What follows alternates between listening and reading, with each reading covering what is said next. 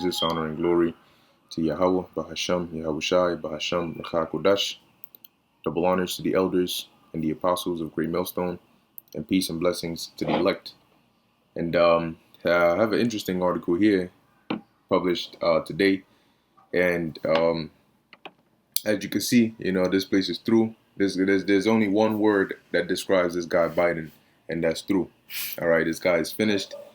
And I'm going to read a little bit of this, and no, it's not clickbait. It seems like it's just as it seems, right? So it says Biden given cheat sheet that instructs him how to say hello and sit down. It says Joe Biden was photographed holding a cheat sheet given to him by his advisors, instructing him on how to enter a room, say hello, sit down, talk to other people, and then depart. So it says, yes, really. Then in the quotes, and there's a picture right here, you enter the Roosevelt room and say hello to participants, states the bullet point list before going on to tell Biden, you take your seat. Press enters, the cheat sheet continues. You give brief comments, approximately 2 minutes. Press departs. You ask Liz Schuller, President President AFL-CIO, a question. Note, Liz is joining virtually. You thank participants. You depart. Now, the thing about this, right, is it's one thing to have maybe like a sheet of like points that you want to make. So you remember, that's normal, right? Like, okay, speak up, don't forget you got to speak about this, you got to speak about that, those kinds of points. But for instructions on how to take your seat, or how to, somebody got to tell you to go in there and say hello, somebody got to tell, so it's through, right? In one word, that's what it is. Now it says, why on earth does the leader of a free world require an instruction manual on how to behave like a normal human? This is like something you would give to an autistic child doing a high school presentation. How mentally out of it is this geriatric patient that he needs to be told to sit down and say hello? Asks Chris Menahan. He's already the least popular president in American history, and yet they just continue to use and abuse him for all he's worth. And that makes sense, right? Because if Biden is at the point, the king of Babylon is at the point where he needs to be given instructions on how to sit down and say hello, then you should know by now that he's literally a hollow puppet, and whatever is told to him, that's what he does. He's like here's a good example. If you have a country or kingdom, and you have a king, he has a son, an infant that eventually starts to grow like a young child, right? Toddler growing up, and the king dies. Of course, the son inherits that rulership. Now, the son would be under tutors, so there would be like a regent, one who is not officially the king, but he's there to sort of guide and make those decisions and consult and raise up the child till he's at an age where he can take over. Eventually, what you'll see happen in a lot of those cases is that child has an influence. So there may come a new law or a new order that comes out, and it's not really from the kid, right? Even if he comes out and says it officially, he's being controlled by the tutor or the person taking care of him, his advisor, whatever the case is, because he's a child. So it's similar to this guy. If you do not have and I'm going based off what the article is saying, right? But I mean, the picture, it kind of speaks for itself there, right? But if you don't have enough of a mental capacity, right, or you're not capable of being able to, go into a conference or in a room and have to do these things without being told, then how are you out here making all these decisions? Yeah, we're gonna fight inflation, and now it starts to make sense why he comes out and it's Putin's fault. We're trying to fight inflation, and the inflation is high, and it's Putin's fault. And then that's it. He just walks away. He just walks away. Why? Because what? He's not. Whatever he comes. Apparently, whatever he comes out to say is just what's been told to him. So then you realize, Biden is not really making any decisions. The decisions being made are by whoever is controlling him, which we know there's a ladder that goes up. All right, and he has handlers. Okay, so now it says here, as we have exhaustively highlighted, Biden's mental frailties, which routinely manifest themselves in the form of verbal gaffes and confused, befuddled behavior. You look befuddled. It says are of real concern to Democrats, given that Biden will be 82 years old by the time he begins a second term. All right, now, as a matter of fact, I think there's a precept on that. Let's see. I had forgot about it, but I was watching a video. Let's see what strength that Apostle Tahar did, and he mentioned that precept, and it brought it back to remembrance in my mind. Now I'm trying to find out where it is. I think it might be in Psalms. Let me see. 4 and let's put strength. There we go. So this is Psalm 90 and 10. It says, maybe verse 9, it says, "For all our days are passed away.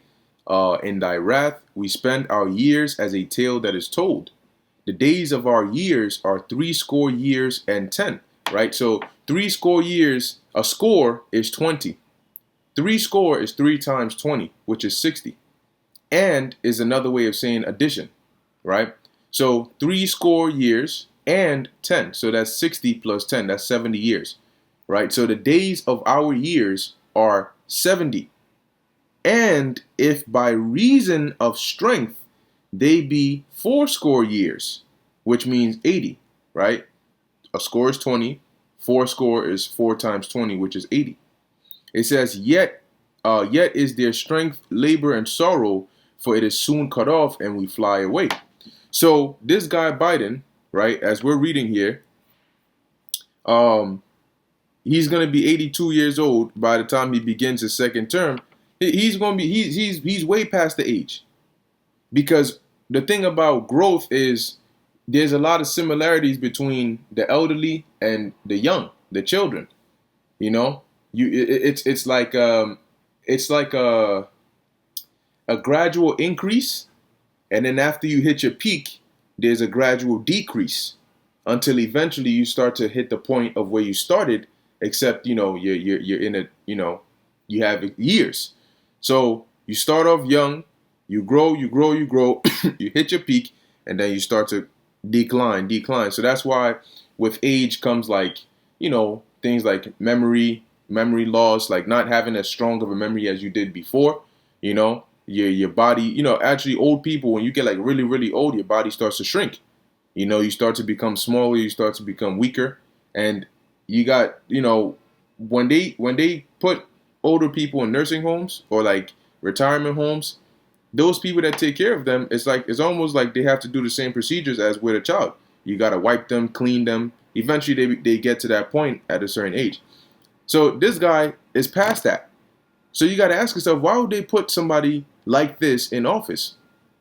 It's not because they think Biden is going to be able to do anything. It's because they think, wow, it's going to be much easier to use this guy than Trump. Right? So it says, another example occurred. And what does this mean? This is the image of America. And this is really a mocking of this place. Okay? When you think of Russia, you think of Putin. Right? When you think of the UK, you think of Boris Johnson. Right? When you think of when you think of France, you think of Emmanuel Macron. When I'm talking about when it comes to France, if they said France decided to do this, you are more than likely thinking of the leader, the head, the president or the prime minister or whoever, right? So pretty much like that. So when you think of America, right, when other people think of America, they think of really the ruler. Because as the scriptures say, which I'm going to get real quick, in Ecclesiasticus 10:2, as the judge of the people is himself, so are his officers. And what manner of man the ruler of the city is, such are all they that dwell therein. So, in essence, when they say you judge a book by its cover, well, they really say don't judge a book by its cover. But if you judge a book by its cover, it's interesting why they say that, because a lot of people judge books by their covers. But in that sense, the president will be the cover of the book. Okay. So when you see this guy and he, the information like this is coming out on him, that's reflecting the state that this place is in, and is rightfully so. Because just as true as this president is, that's how this country is. This country is gone. CTD, circling the drain. Okay? And that's a beautiful thing to witness, because this place is a horrible place. It truly is. Now it says here, where we at? Another example occurred earlier this month when Biden appeared baffled as to whether or not he was visiting Saudi Arabia. Last week, he also mistakenly made reference to the LGBTQL community. According to a report by the New York Times, Democrats are panicking at the thought of Biden once again going up against Trump for the 2024 presidential election. Well, if they know that, if they feel that Biden is the perfect puppet, and they know that in another election, chances are he's not going to win it, and they still want him in there, then it's likely that they'll do something. They'll do something, whatever in their power, to cause enough chaos so there won't be another election. That's just something thrown out there. It says they have watched as a commander-in-chief who built a reputation of gaffes has repeatedly rattled global diplomacy with unexpected remarks that were later walked back by his White House staff. So that's why now they said, all right, look, you no more free falling, no free, none of that. This is what you're gonna do. This is what you're gonna say. All right. So now you got to look out for whenever he comes out. You got to see if he has a card or a paper thing in his hand, that he constantly looks at, because then you might know what he's looking at. Or they might say there's too much heat coming on this. We gotta find another way. Maybe put an earpiece in his head. So it says, where we at? As he has sat for fewer interviews than any of his recent predecessors, reported the newspaper. Now, why do you think that is? Because they look, this guy is through, man. Okay, this guy Biden, he's a face. Okay, he is a face, and that's all they use him for. That's why they push so hard to get this guy in there, because he's done. And and so is this place. He's going to drive this place down into the ground. So you know what? The Lord had him come in there, but that's a good thing, because prophecy is getting fulfilled. This is Jeremiah 50:43. It says the king of Babylon. Because when you have somebody, right? There's a certain method they use when they're selecting the presidents. They don't just go and pick somebody random. They pick somebody that they have dirt on, somebody that they can control, somebody that they can, if you step out of line, they have a means of putting you back in line. And so because of that, they can it's easier for them to have control and implement their policies through you. Now, the policies that the direction that these elites are trying to go is to crash this country, collapse this society. So that means that there's going to need to be events that take place, and it's about the way those events are handled, right? If the ball is given to you, you can either hold it so it doesn't fall, or you can drop the ball. So what they need is somebody who's going to drop the ball and still, because when you drop the ball, now you got to take the heat for it. Now, if you put somebody in office that's, you know, his cognitive ability or his pride or his ego is on somewhat of a level, he's not going to be just okay dropping the ball because you're telling him to and taking the heat for it. But when you put somebody like this who has to be told, go in there, take a seat, say hello, don't forget this, get up when you're done, walk this way. They don't even look. They can take all the heat in the world. It doesn't. It's not really gonna affect them because they're just there to just do as they're told. So Jeremiah 50 and 43. Now Jeremiah 50, Jeremiah 51. These are prophetic. All right. And the name Nebuchadnezzar comes up in these chapters, but you got to understand that ultimately, back then, you had the king of Babylon was Nebuchadnezzar, but in prophecy, it's the king of Babylon is referring to the current king of Babylon. Okay, Babylon being America. So it says, and all these rulers are really just kings, right? That's really what a king is, a ruler. So it says, the king of Babylon, Jeremiah 50 and 43, the king of Babylon hath heard the report of them. Of who? Because who's ultimately well, let's actually keep reading. It says, and his hands waxed feeble, anguish took hold of him, and pangs as of a woman in travail. Why? Because the report wasn't good. You know, you got not only the prophets out here. The scriptures say in Isaiah 13, lift ye up a banner, okay, upon the high mountain, which is Babylon, and the banner is the scriptures, right? Shake the hand. So you got us out here, you know, prophesying against this place, and then you got also all these other things that are going on, which are coming in the form of bad news, all right, to this place. And how is this guy handling it? He's coming out and just playing the blame game, right? So as it says, his hands waxed. That's the part I really want to focus on. It says his hands waxed feeble. Now let's take a look at the word feeble. We have here, there's like a rapa. if I said that right, it says here to sink, to drop, disheartened, to drop, to forsake. All right, to show oneself slack, to let drop, idle, and that's what this guy's doing. He's not bringing active solutions for this problem, for these problems that are going on. But here it is. But people were so excited and happy to vote him in because they thought that that's what he was going to do. But what is this? This is just another reason as to why Jeremiah 50, or as to the fulfillment of Jeremiah 51 and 9. Right? It says, we would have healed Babylon, but she is not healed. Forsake her and let us go everyone into his own country. Because you got things that are happening now that have never happened before. And the path that this place is going down is a path that they haven't been down before. Now people may say, oh yeah, we've seen inflation and this before. Yeah, but you seeing similar things on the road, but this is a different road. This is the road to hell.